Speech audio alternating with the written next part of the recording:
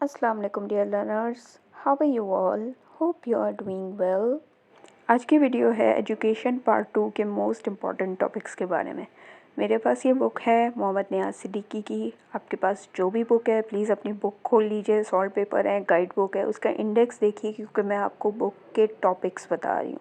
ठीक है, मुझसे बहुत सारे स्टूडेंट पूछते हैं कि आप सवाल नहीं बताती, आप टॉपिक्स बताती हैं। इसका जवाब यह है कि मैं इसलिए सवाल नहीं बताती क्योंकि पेपर में एग्जैक्ट सवाल वर्ड टू वर्ड कभी रिपीट नहीं हुआ।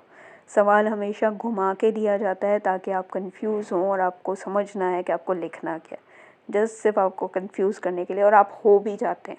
ठीक है, क्योंकि आपने वर्ड टू वर्ड सवाल का ही जवाब याद करके जाते हैं, आप लोग टॉपिक्स याद नहीं करके जाते। जो चेकर है वो जानना चाहता है कि आपने वाकई बुक पढ़ी है, वाकई वो टॉपिक पढ़ा है। अगर वो आपसे पूछ रहा है कि तालीम में फ़लसफ़ियाना बुनियादें कौन सी हैं, ठीक है, तो आपने वो कौन सी भी बतानी है, उसके बाद उसकी अहमियत भी बतानी है, उसके बाद उसकी ख़ुसूसियात भी बतानी है, उसके फ़वाइद और सारी चीज़ें भी बतानी है। ठीक है, तो ताकि चेकर को पता चले कि हाँ भाई मैंने तो सिर्फ इतना पूछा था, इसने तो पूरी बुक छाप दी है, इसका मतलब कि इसने पढ़ा हुआ है। ठीक है, माना वो सारा आंसर नहीं पढ़ता, बट जब हेडिंग्स आप बड़ी बड़ी डालते हैं तो वो हेडिंग्स देख के उसको समझ आ जाती है हाँ इसने ये तो पूरा टॉपिक छाप दिया है। ठीक है, फिर वो उस हिसाब से आपको अच्छे नंबर देता है। तो ये मैं चाहती हूँ कि आपके अच्छे नंबर आएँ, गिने चुने 2-4 नंबर लेके आप जस्ट पास ना हो जाएं, अच्छे नंबरों से पास हों। क्योंकि एजुकेशन जैसा आसान सब्जेक्ट है, इसमें भी अगर अच्छे नंबर ना लें तो फिर क्या फ़ायदा। ठीक है, बाकी जो मुश्किल सब्जेक्ट है चलो उसमें तो कम नंबर आते हैं, समझ आता है, ये मुश्किल नहीं है। अब आप कहेंगे मैं से इतना सारा कैसे पढ़ें, आपको मुश्किल नहीं लग रहा, हमें तो बहुत मुश्किल लग रहा है। देखें, ये जो पार्ट 2 का तालीम वाला सब्जेक्ट है ना, इसमें तालीम की सारी आपको बुनियाद बताई हुई है कि तालीम किस बुनियाद पे तालीम डिज़ाइन हुई है। यानी हम जो भी सीखते हैं, तालीम का मतलब सीखना, ठीक है, वो किस बुनियाद पे उसका स्ट्रक्चर बना है, वो डिज़ाइन कैसे हुई है। ज़ाहिर है किसी ने तो सबसे पहले सोचा होगा ना कि किस तरह से किसी को पढ़ाया जाए, किस तरह से किसी को सिखाया जाए, कौन कौन सी चीज़ें इसमें कारआमद होती हैं। तो तालीम की 4 बुनियादें होती हैं। ठीक है, फ़लसफ़ा, मज़हब, मुआशरा और नफ्सियात। ये 4 बुनियादों पे आपकी तालीम खड़ी हुई है। जैसे एक बिल्डिंग खड़ी होती है ना, उसके ज़मीन के नीचे भी उसकी बुनियाद होती है, तभी वो 10 मंजिला बिल्डिंग खड़ी होती है, क्योंकि उसका 1/4 जो होता है वो ज़मीन के अंदर होता है। यानी 2.5 मंजिला वो ज़मीन के अंदर होती है, उसके बाद वो 10 मंजिला ऊपर खड़ी होगी। अगर 2.5 मंजिल से कम होगी तो वो ऊपर नहीं खड़ी हो सकती, वो गिर जाएगी। ठीक है, तो ये एक कॉन्सेप्ट है, ये आपको समझाने की कोशिश की जा रही है कि कौन कौन सी बुनियादें हैं तालीम में। तो जब आपका जो सवाल आएगा, जैसे फॉर एग्ज़ाम्पल आपसे पूछा जा रहा है कि तालीम की नफ्सियाती बुनियादों के बारे में बताएं। ठीक है, तो नफ्सियात का पहले आपने डेफिनेशन देनी है, तालीम की डेफिनेशन देनी है, फिर तालीम में नफ्सियात का क्या अमल दखल है वो बताना है आपने। ठीक है, फिर उसके बाद जो सवाल में पूछा जा रहा है उसकी हेडिंग देख के फिर वो शुरू करना है। यानी जो भी चीज़ पूछी जा रही है आपने पहले उसका तारुफ लाजमी करना है। जैसे यहाँ पे तारुफ है, फिर उसके मफ़हूम, लफ्ज़ी मफ़हूम है, फिर उसके जो एजुकेशनिस्ट ने जो कोटेड डेफिनेशन बताई हुई है, जो कॉमर्स में, इन्वर्टेड कॉमर्स में आपकी बुक में लिखी हुई है डेफिनेशन, फिर वो 2-4 बतानी है। उसके बाद फिर आपने आगे वो सवाल में जो पूछा हुआ है वो बताना है।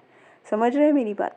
तो ये पूरी बुनियादें हैं आपकी, आधी बुक में तो सारी बुनियादें हैं। ठीक है, उसके बाद फिर बुनियाद से आगे चलते हैं तो आपके पास है ग्रोथ एंड डेवलपमेंट। ठीक है, बालिदगी और नशोनुमा। ज़ाहिर है जब बुनियाद हो गई फिर आप जो चीज़ पढ़ रहे हैं, सीख रहे हैं, उसमें आपकी ग्रोथ और डेवलपमेंट कैसे हो रही है, किस उम्र में आप क्या क्या सीख सकते हैं। छोटा बच्चा पीएचडी वाला नहीं सीख सकता, पीएचडी वाला एबीसीडी सीख तो सकता है लेकिन वो उसके लिए बहुत कम हो जाएगा। ठीक है, तो हर एक उम्र के हिसाब से उसको डिज़ाइन किया गया है आपकी तालीम को कि कौन सी उम्र में क्या चीज़ सीखनी है, किस उम्र में आपका दिमाग कैसा है, आपके हालात कैसे हैं, आपका माहौल कैसा है। क्योंकि तालीम की बुनियादों में ज़ाहिर है माशरती अमल दखल भी होता है, आपके मज़हब का भी अमल दखल होता है। जब आप मैच्योर हो जाते हैं, जब आप बालिग हो जाते हैं, जब आप ज़्यादा समझ सकते हैं चीज़ों को। जब आप छोटी उम्र में 2-4 साल, 5 साल के होंगे तो चीज़ें समझ में नहीं आएंगी, आपको उस लेवल का समझाया जाएगा। जब आप 10-15 साल के हो जाएंगे तो आपको उस लेवल का समझाया जाएगा। ठीक है, तो इस तरह से हर चीज़ आपको बताई हुई है। फिर उसके बाद आ जाती हैं आपको सीखना, याद कैसे करना है। ठीक है, लर्निंग, आमोज़िश। उसकी पहले थ्योरीज़ हैं, दो तीन जो हैं बड़े बड़े एजुकेशनिस्ट, उन्होंने पहले थ्योरी बनाई कि किस तरह से याद करने का, सीखने का एक अमल होता है हमारे दिमाग में, हमारे इर्द गिर्द माहौल को देखते हुए हम किस तरह से सीखते हैं। पहले उसके थ्योरीज़ हैं, थ्योरीज़ के बाद फिर उसके लॉज हैं यानी असूल हैं, फिर उसके कोई असूल बनाए गए हैं। कुछ लोगों को पढ़ के याद होता है, कुछ लोगों को देख के याद होता है, कुछ लोगों को सुन के याद होता है, कुछ लोगों को गलतियाँ करके याद होता है, कुछ लोगों को डांट खा के, मार खा के याद होता है। ठीक है, हर तरह से होता है ना, ये तो आप भी समझ सकते हैं। तो आप जब इस चीज़ को समझेंगे ना कि ये आपको सिखाया क्या जा रहा है इस सब्जेक्ट में, इस मज़मून में, इस चैप्टर में, तो आपको चीज़ें आसान लगने लगेंगी। लेकिन जब आप ये पढ़ते हैं ना मुश्किल मुश्किल वर्ड, तो आपको लगता है पता नहीं मैं तो क्या पढ़ रहा हूँ। लेकिन जब आप उसको थोड़ा अपने दिमाग में सोचने की कोशिश करेंगे, पढ़ने के बाद थोड़ा दिमाग को रिलैक्स करके सोचेंगे, अच्छा इसमें ये बात कर रहे हैं, अच्छा ये इसका ये मतलब है, ये ऐसे होता है। जब आप अपने इर्द गिर्द देखेंगे, क्योंकि हम सब इस प्रोसेस से गुजरे हैं, ठीक है, हम सब पढ़ रहे हैं, हम सब सीखते हैं, सारी ज़िंदगी बचपन से लेकर मरने तक हम सिर्फ सीख ही रहे होते हैं। तो हमें ये प्रोसेस पता है, लेकिन उसको पढ़ना थोड़ा इसलिए मुश्किल लगता है क्योंकि उसमें ज़्यादा चीज़ें लिखनी पड़ती हैं, याद करनी पड़ती हैं।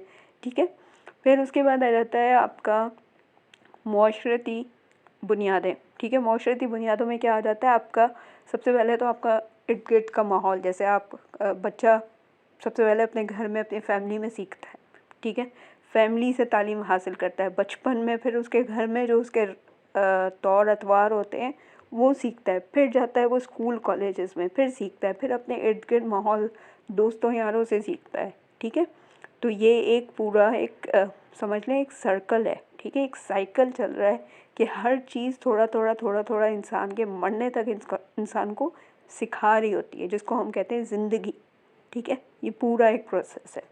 तो अगर आप इसको ऐसे करके समझेंगे ना, समझ के पढ़ेंगे, तो कुछ भी मुश्किल नहीं है। ठीक है, उसके बाद आपके पास आ जाती हैं पाकिस्तान की तालीमी पॉलिसी। ठीक है, तालीमी पॉलिसी आपको शुरू से लेके जब से पाकिस्तान बना है तब से तमाम तालीमी पॉलिसी आपको यहाँ पे दी गई है। मेरा मशवरा है कि आप पहले शुरू से लेके पढ़ लें एक दफ़ा, क्योंकि जब पाकिस्तान बना था तब कायदे-आज़म ने कुछ नुकात दिए थे कि इस तरह से हमारी तालीम की पॉलिसी होनी चाहिए, हमारा मकसद तालीम को आम करने का क्या है, किस तरह का होना चाहिए। तो वो कायदे-आज़म के कुछ नुकात हैं, वो पढ़ लीजिएगा।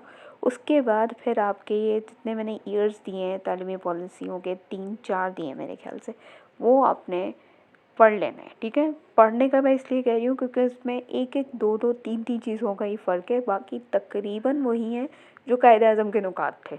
ठीक है ना, उसमें कुछ 2-4 आगे पीछे चीज़ें हुई भी होंगी, इससे ज़्यादा नहीं है। तो जब आप ये पढ़ लेंगे, अब आप कहेंगे मैं समय कैसे याद रहेगा, कौन सा वाला किसका है। भाई वो थोड़ी सी आपने खुद अपना स्मार्टनेस भी दिखानी है, कौन सा किसका है, तो उसको ज़रा तरीका होता है, ट्रिक्स होती हैं याद करने की। ठीक है ना, कि कौन से ईयर में क्या क्या चीज़ें थी और कौन से ईयर में क्या क्या चीज़ें नहीं थी, माइनस हो गई थी, बस ये देखना है आपने। ठीक है, कुछ ईयर में कुछ चीज़ें थी और कुछ ईयर में कुछ चीज़ें थी ही नहीं, बिल्कुल माइनस हो गई थी। तो ये एक ट्रिक है, बस ये आपने अलग कर लेना है। जो चीज़ें सब ईयर्स में मुश्तरक हैं वो एक जगह पे लिख लें, जो चीज़ें किसी ईयर में थी वो एक जगह पे लिख लें, जो चीज़ किसी ईयर में कम है, ज़्यादा है, वो एक जगह पे कर लें। तो आपके लिए बहुत आसान हो जाएंगी ये तीनों चारों साल की जो कौमी पॉलिसियाँ हैं, तालीमी पॉलिसी याद करना बहुत आसान हो जाएगा जब आप इसको अलग अलग कर लेंगे। समझ रहे हैं मेरी बात? इसके बाद आपकी आ जाती हैं तालीमी तहरीकें। जो पाकिस्तान बनने से पहले जो तालीमी तहरीकें चली थी, उसमें सबसे इम्पॉर्टेंट जो है वो अलीगढ़ तहरीक है। आपको पता है सर सैयद अहमद ख़ान की अलीगढ़ तहरीक आपको पाकिस्तान स्टडी में भी याद करनी है, वहाँ पे भी इम्पॉर्टेंट है और यहाँ पे भी इम्पॉर्टेंट है। दूसरी नंबर पे है आपकी देवबंद तहरीक। ठीक है, वो भी आती है अक्सर। तो ये दोनों आप अच्छी तरह करके चले जाइएगा, इंशाल्लाह यही लगेगी। और अगर वीडियो समझ आ गई हो, अच्छी लगी हो, तो लाइक, कमेंट और शेयर ज़रूर कर दिया करें।